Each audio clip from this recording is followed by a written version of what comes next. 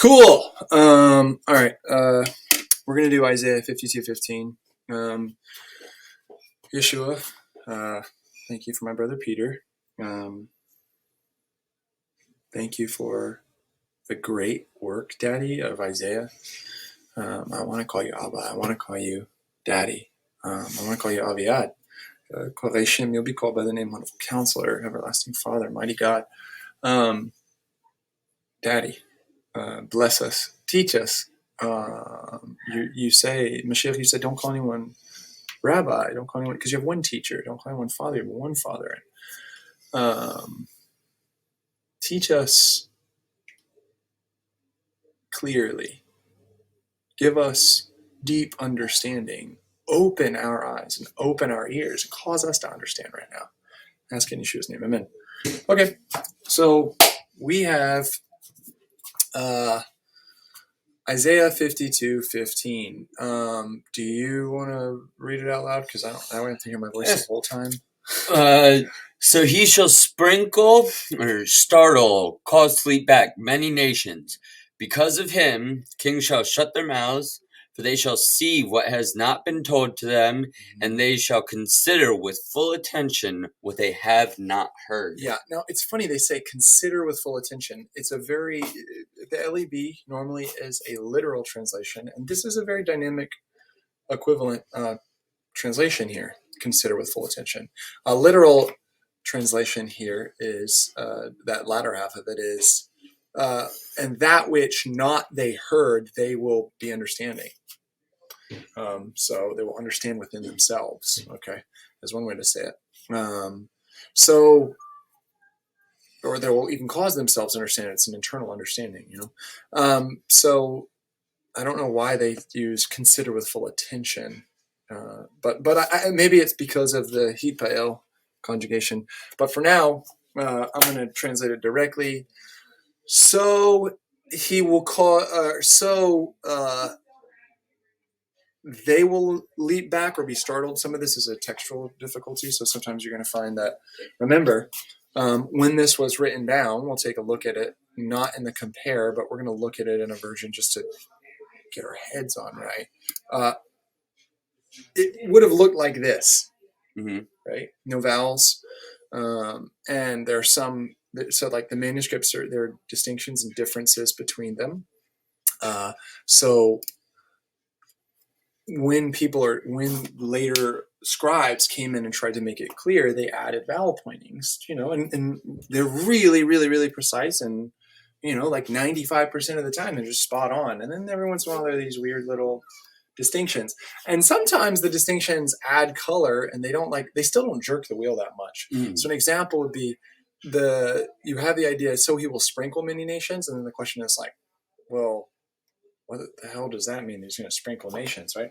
Well, if you're reading this the way ancient Israel did and has, Jewish rabbis and exegetes, they will often see in that the priestly role of Mashiach, and the priest is the one who sprinkles people, objects, mostly objects and spaces. Okay, and it's a cultic act. It's a priestly act. It's a temple act. So it's almost like, they're interpreting. So that still doesn't completely derail the story, even that minor change. However, it does lead to obscurity, and it doesn't make sense. And there's an easier explanation that it's an error.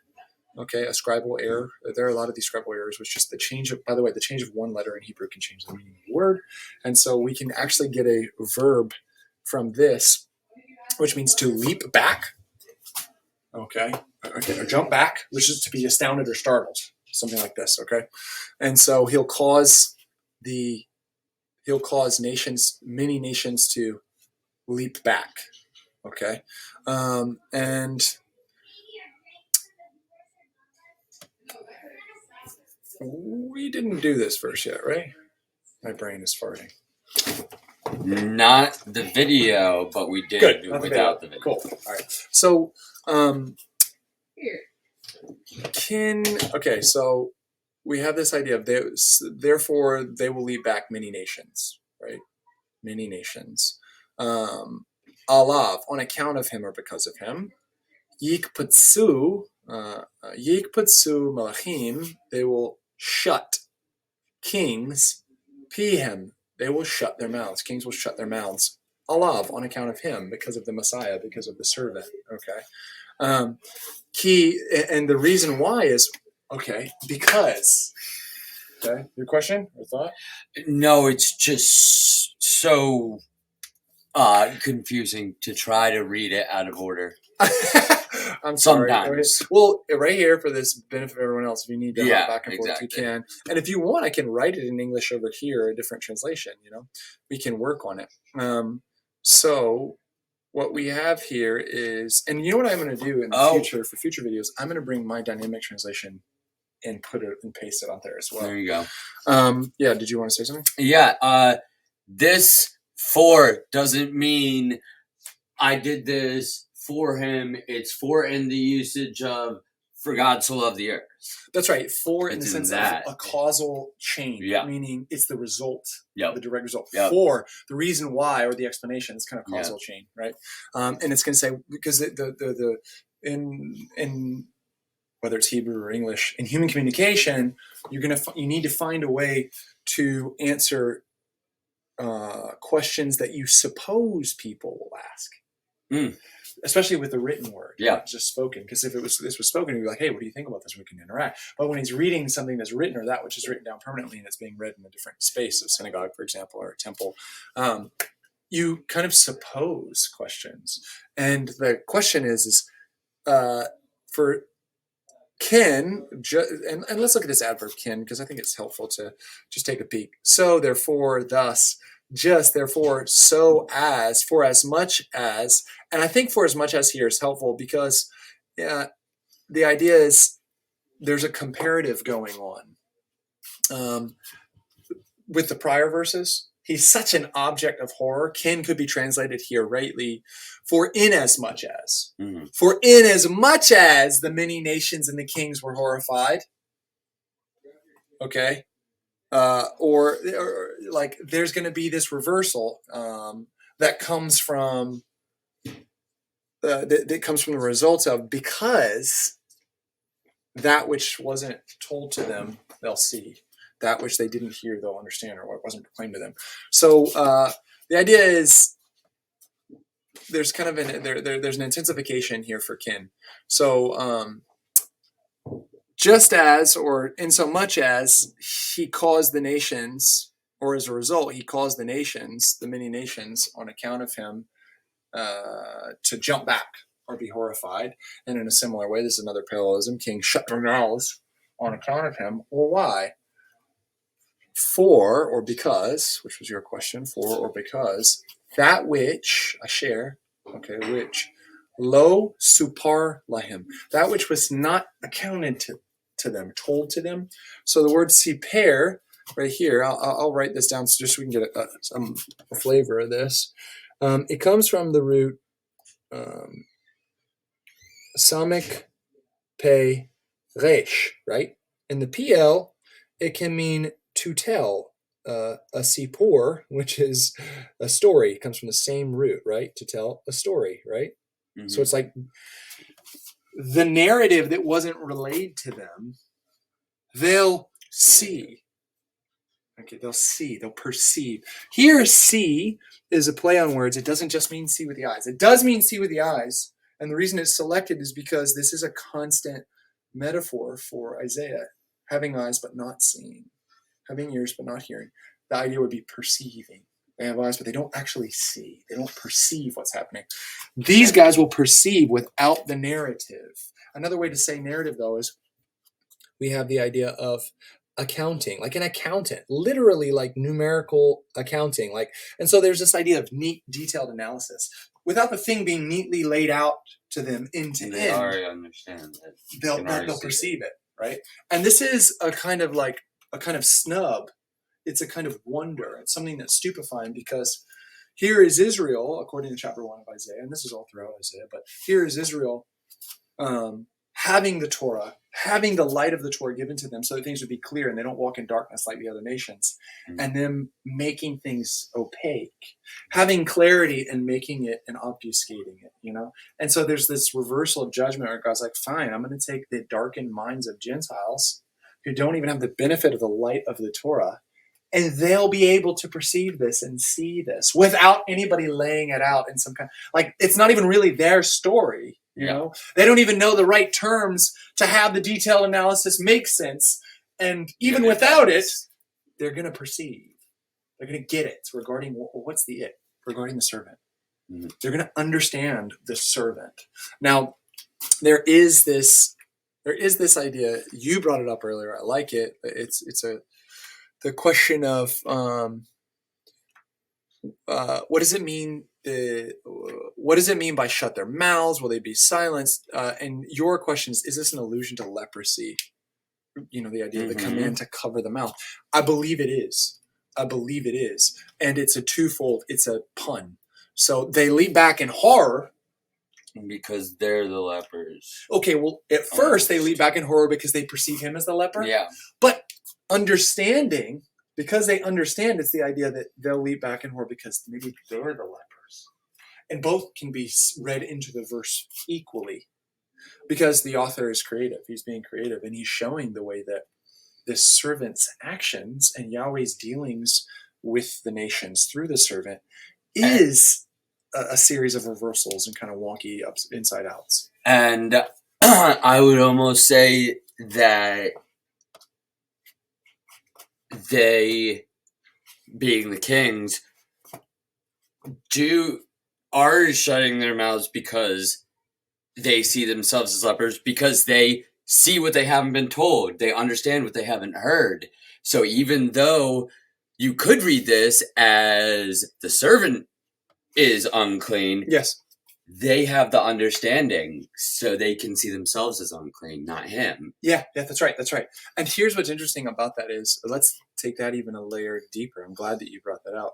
What would aid Gentiles in understanding, in light of a Jewish story, that they as Gentiles are unclean? Well, everything about Jewish stories in the Torah.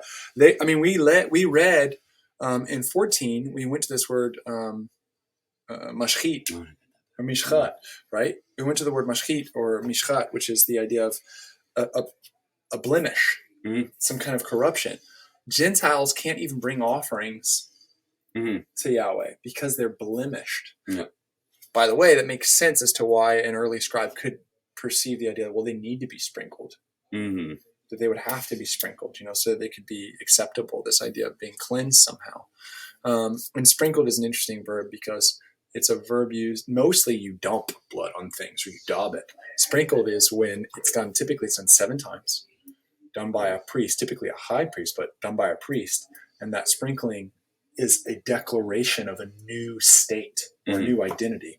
So somebody's now in who was out. Somebody's included who is excluded. So you can totally see why they would say sprinkled. And what we have here is Gentiles would know that they're already excluded. They're already treated as unclean.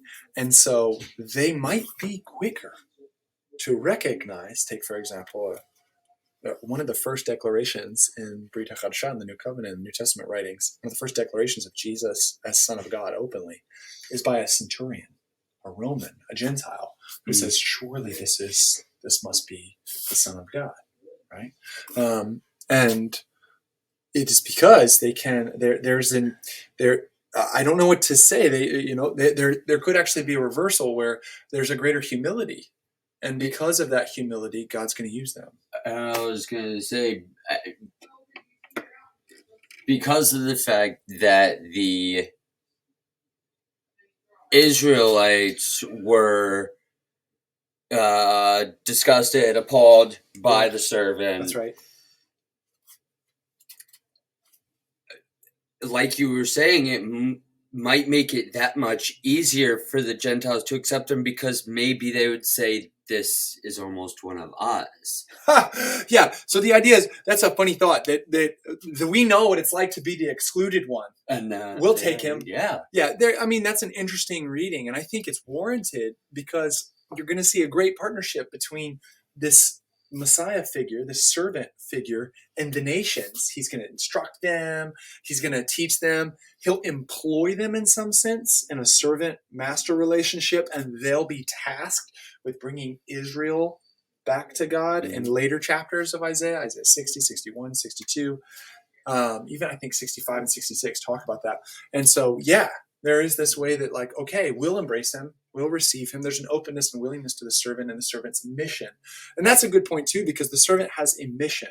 Isaiah 49 will talk about that mission. Isaiah 42 kind of introduces the mission. A lot happens in between them. Isaiah 49, basically the servant says, I didn't achieve the mission before I was killed. And Yahweh will say, it's okay, I'm going to enlarge the mission. And again, it touches Gentiles. We can actually go there.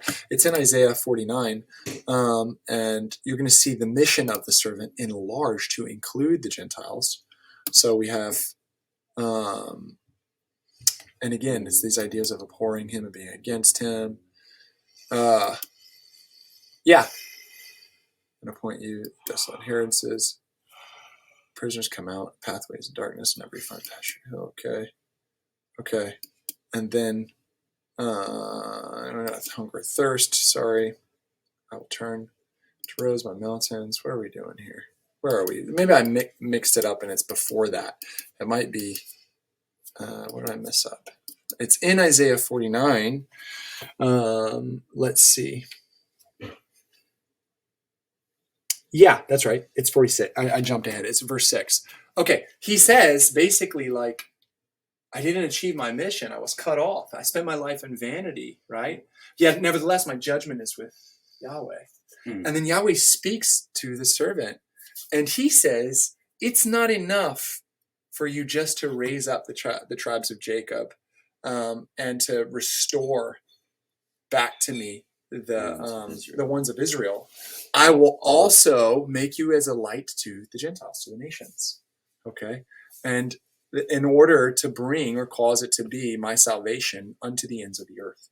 And so you do have this idea that the mission of the servant is handed off in a sense, or includes the nations. It doesn't exclude Israel. What it does is it says, okay. Yeah, it just includes everyone in addition to. If you imagine like a scope, the scope was narrowed. Now it's widened. Nope, and it's still in there. That's exactly right. That's exactly right. And that distinction is important because a lot of Christians will say, well, see, because of these events, Israel's rejected, replaced.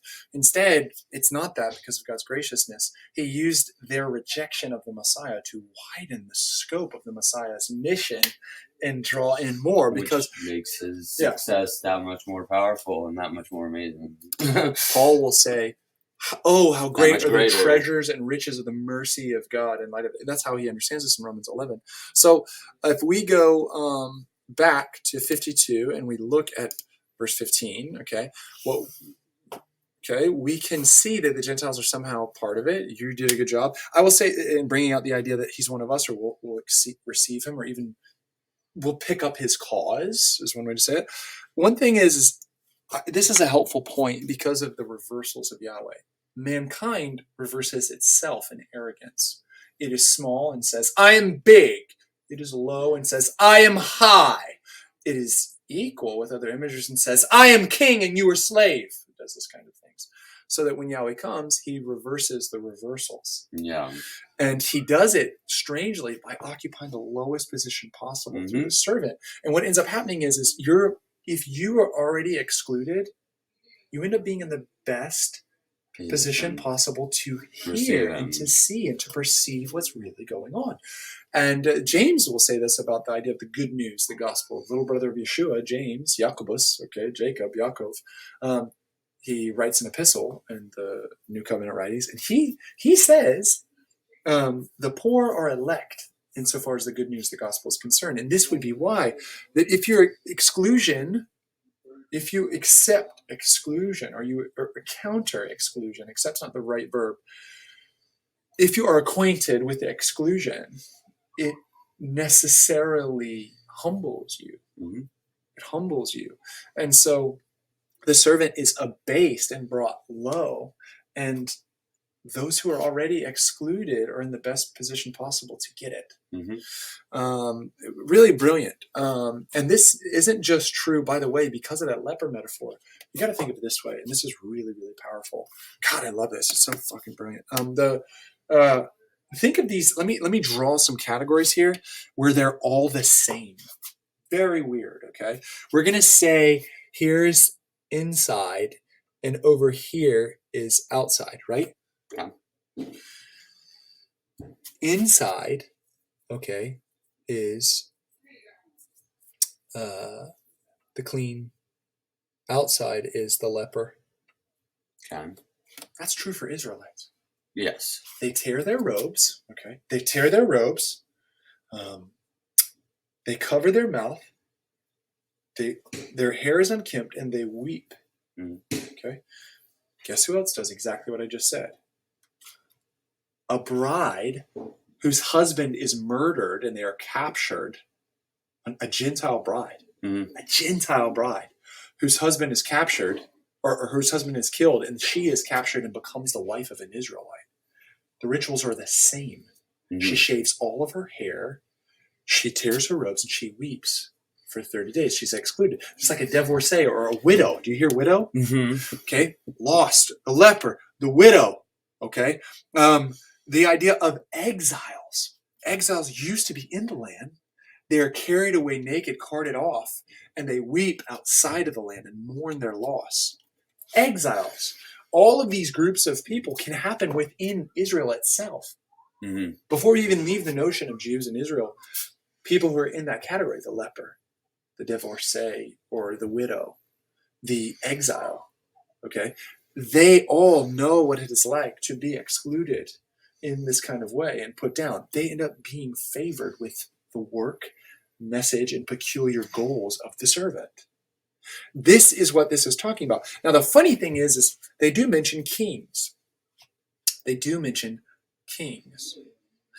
But the fact that malach is plural demands that they are Gentiles.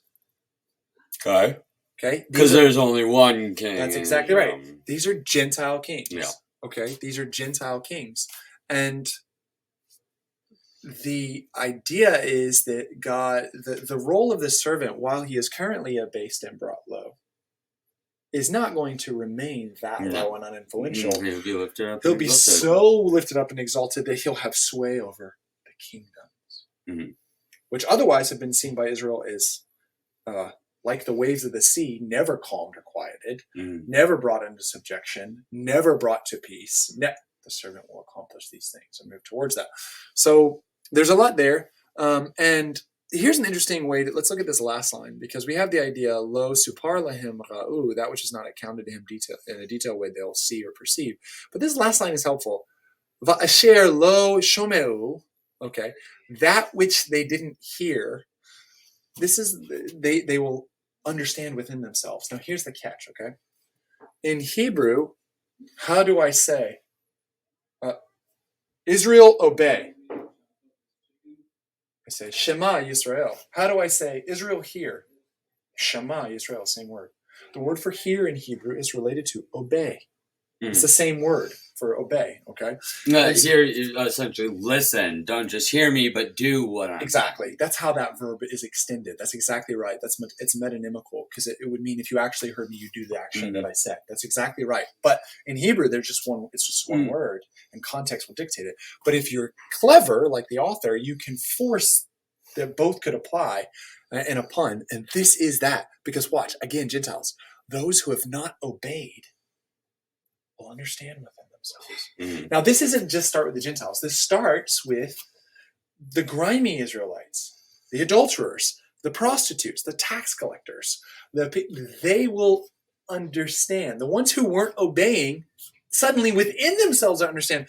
The verb hitbonanu, okay, the hitpael, it's speaking to the idea of it's an internal action within themselves. It's a reflexive verb. It's gonna happen in them. And could it be compared to Mary, who was a prostitute, he came to her, and then she understood that he was Bingo. the Messiah. Or Levi, Matthew, the tax collector. Mm. Okay, now here's what's interesting. Why would God do that? Again, let's stick to the simple thing. It's reversals. It's reversals. Everyone I named in this picture, when you have let's write them: the leper, the divorcee, the widow, the exile.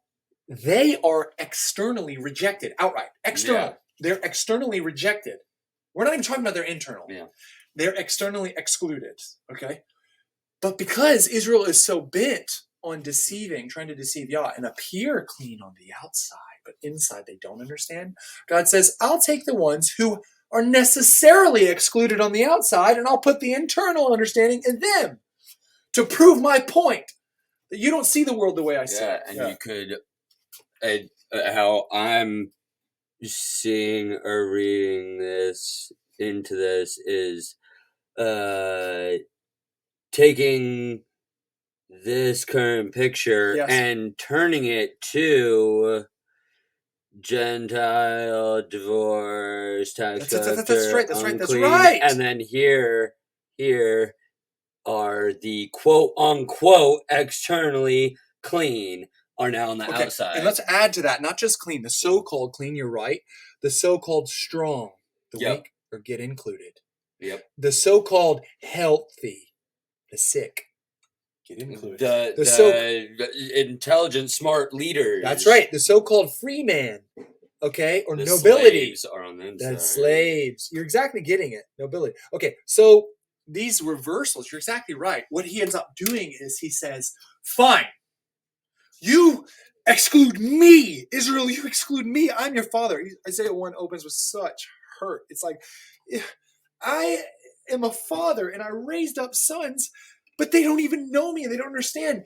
An ox knows its master and a donkey knows the manger of its master, but Israel doesn't even know me. And so here's this idea. Fine, Israel's excluding me, but guess what? I'll take the ones you've excluded and I'll make a new people out of them. The ones who are excluded are getting brought in. Because you excluded me, I'll take the ones you excluded and we'll form a new people. That's what's happening. It's a powerful, powerful reversal, and it's beautiful. And what's even more beautiful is if these externally, etc., there is nobody on the outside to Jesus.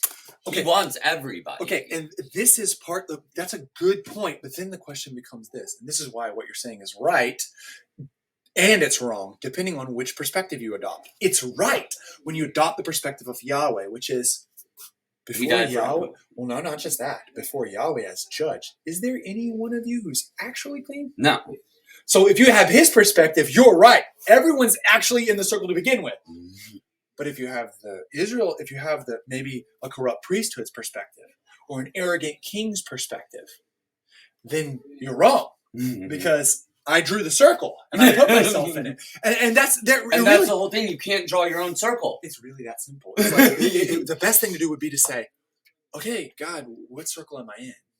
Okay, but what people do is they make their own circles. They put some people out. They put some people in. Now, I will grant that the Torah itself does exclude people who are in a state of contact with death.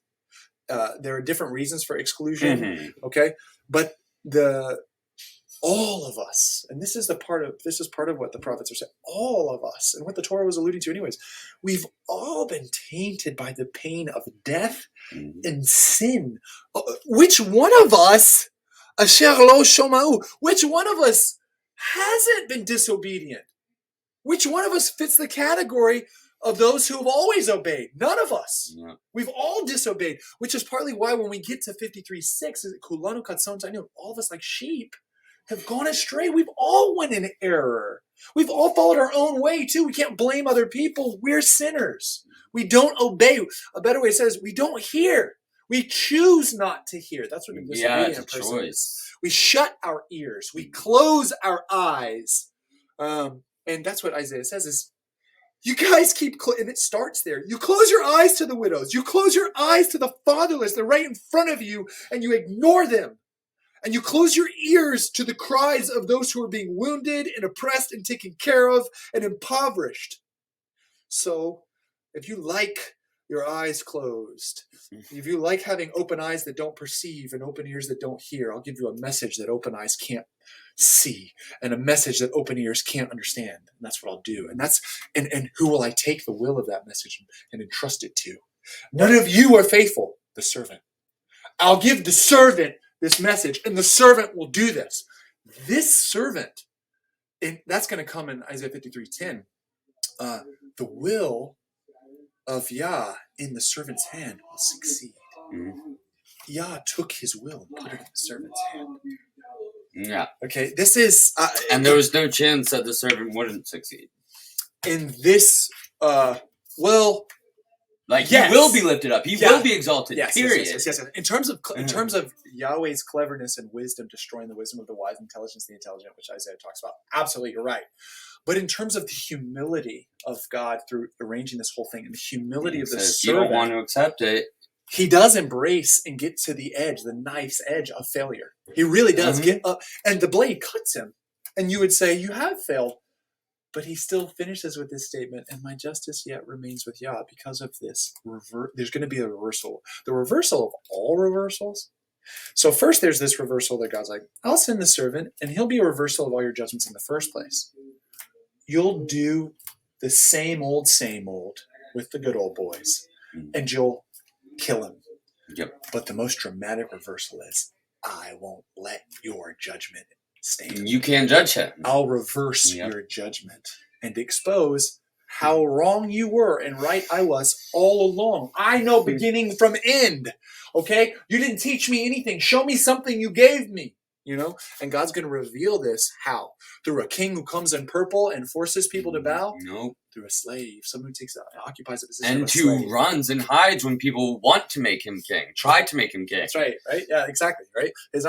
That's exactly right. Not someone who is usurping and seizing. Okay? So, yeah, do you have any... I feel like this is great. Do you have any other questions? Yeah, I think that was great. Awesome. Okay. It's the only word I can come up with. All right. Praise God.